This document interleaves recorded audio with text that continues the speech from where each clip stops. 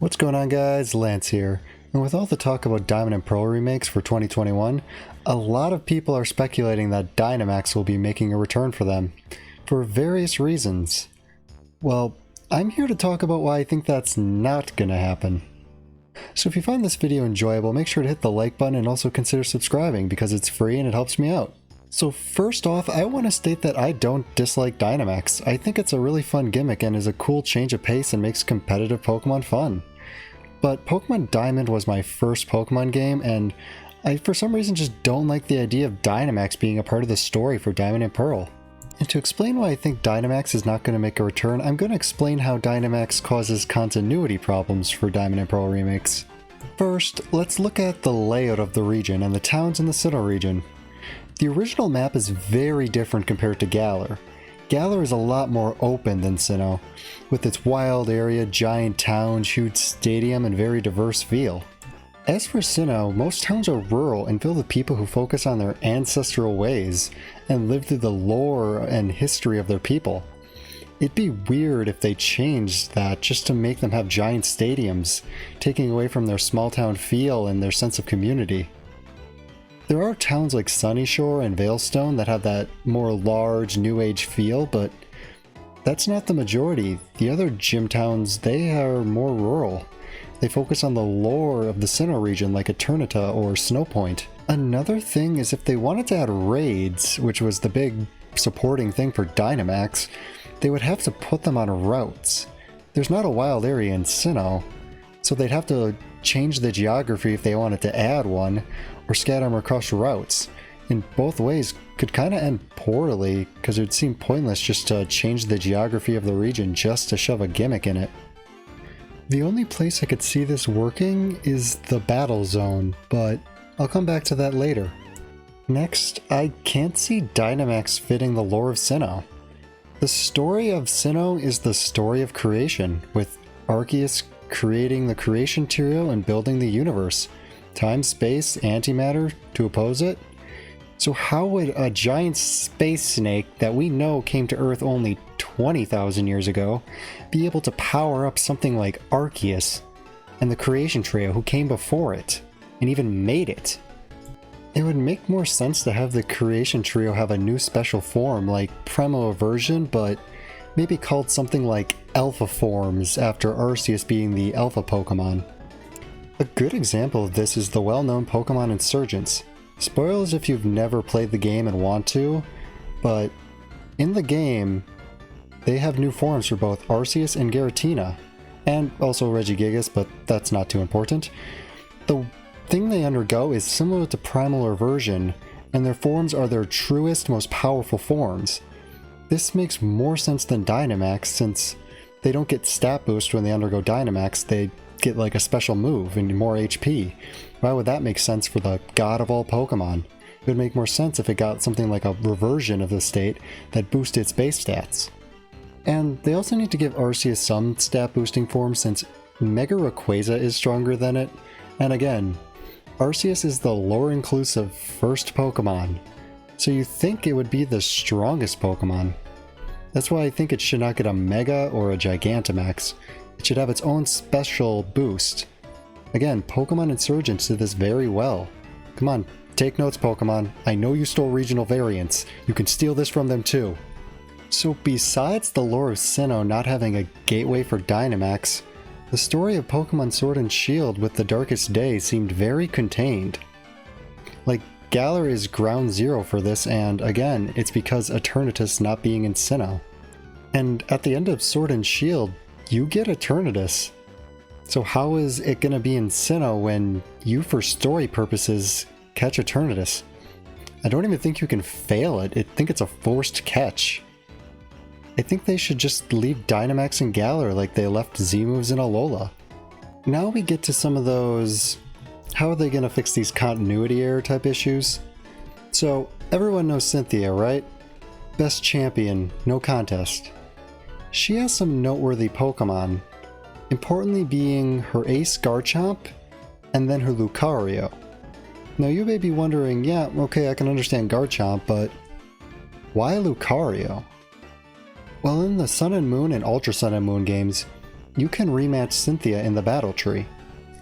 And on her team, she is able to use Mega Evolution on both her Garchomp and her Lucario. Now, I'm not saying they could just put in the thing of, oh yeah, she uses Mega Evolution when she leaves the region. She uses Dynamax and Sinnoh. But they also have her Mega Garchomp in Pokemon Masters, and Pokemon Masters seems to be really good at giving trainers who use their Megas. I know there's some outliers in the game, but it's still noteworthy that they set up Cynthia with Mega Evolution already. And this leads me into my next point, in that Mega Evolution makes more sense for Diamond and Pearl Remakes. Now, I know this is a very controversial topic, and a lot of people like and dislike Mega Evolution due to terrible balancing, but they could just do it right and rebalance old Megas, redo their stats, their abilities, add new Megas to counter the old busted ones. But my reason for adding Megas goes further. As already stated, Mega Evolution has been confirmed for some Sinnoh trainers already, since the jump to the Mega/Infinity timeline. But I want to talk about the older Sinnoh games and how their story ties in here. In OG Diamond and Pearl, Professor Rowan, like most Pokemon professors, had a main study, and his happened to be Pokemon Evolution. This was for the fact that older Pokemon were getting newer evolutions like Electabuzz to Electivire, but that's very convenient if they want to use Mega Evolution. We also know Professor Oak and Professor Rowan were colleagues and studied with each other for some time. And also, Professor Oak and also Mr. Fuji are both from Kanto, and thanks to the Pokemon Origins special, we know Mr. Fuji has a tie to Mega Evolution. There's something there to consider. Kanto and Sinnoh both have trainers who use Mega Evolution, so it's not too far out there. And I'm not saying that Mega Evolution has to be super big in the story. I like how with Oraz they didn't overdo the story with Mega Lore. That was more in the Delta episode. They could just have the Elite Four have it in rematch teams and Cynthia have her Garchomp in both. And I think everybody would be okay with that. But in the end, I'm finding more reasons for Mega Evolution returning than there for Dynamax. Now, I know there's a lot of counter-arguments, ones why they have to have Dynamax in the remakes, and I wanted to give my debunking thoughts on this. First is the TCG. Now, Pokemon is the #1 media franchise, and their biggest moneymaker by far has to be the TCG. And with V and VMAX being the new top card, people like to say that they need to continue the gimmick so that it supports this. Well, they don't. By next fall, when people predict the new mainline Pokemon games to come out, and are hoping it's the Diamond and Pearl remakes, the TCG will have gone through a ton more sets by then, and they'll have ran VMAX and V cards for a while. They could change the big top card again to something new, or they could bring back EX and GX cards. And we know they redo sets to the games, like when they put out Heart Gold Soul Silver, they changed from the Platinum sets to the Heart Gold Soul Silver sets. And they changed from Level X cards to Prime and Legend cards. And this could be done here. I mean, as long as the sets have Charizard, no one's gonna worry, they're gonna sell cards. Next is the anime. Now, there's a lot to consider here. First is the story. The Journey's anime is not following the game's storyline like they did in the past series. Instead, this is a whole new approach. Ash is not doing the gym challenges, he's doing the World Coronation Tournament. And we know from the intro that they're leading already to the Eternatus arc in the future. We also know that when remakes come out, they like to throw in some references from them, but not take over the story. They'll throw in a side arc maybe, have a cameo, probably show off Cynthia, things will be good. As for one of the bigger problems, among mainline fans there's the competitive, and there's many angles here to look at, being VGC doubles and Smogon singles. So Dynamax has been very healthy for the VGC doubles. Their meta is very fun and mostly balanced. This was not the case with Z moves and certain megas, but Pokemon now having 2-month series and the use of a ban list for the overused Pokemon in the tier to shake up the meta, that lets there be a lot of hope in the future to bring back megas and different series using the bans and the different ways they can incorporate that. As for singles, Dynamax did not do well being banned for most Smogon singles tiers.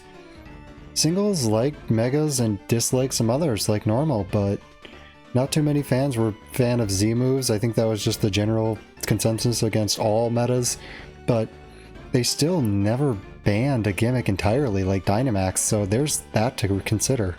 So I started thinking about this and thought, is there a way to have both happy and thriving?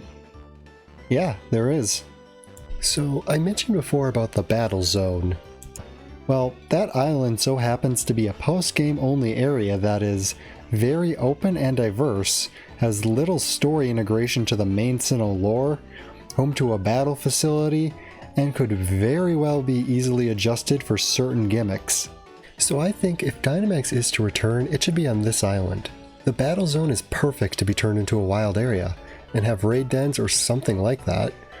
And if both Megas and Dynamax are in the game, they can balance it for both VGC and singles alike. And they brought Megas back in the post-game of Sun and Moon, so it's not too far-fetched. They could have a post-game story about why Dynamax is here. Say Eternatus shards landed there when it fell to Galar and only the shards hit the island. Or maybe they're artificial from Galar or something being brought over, and we can use them to Dynamax in the battle tower. It just worked better in the post-game on the island. I think it'd fit better than in the mainline story of Diamond and Pearl at least.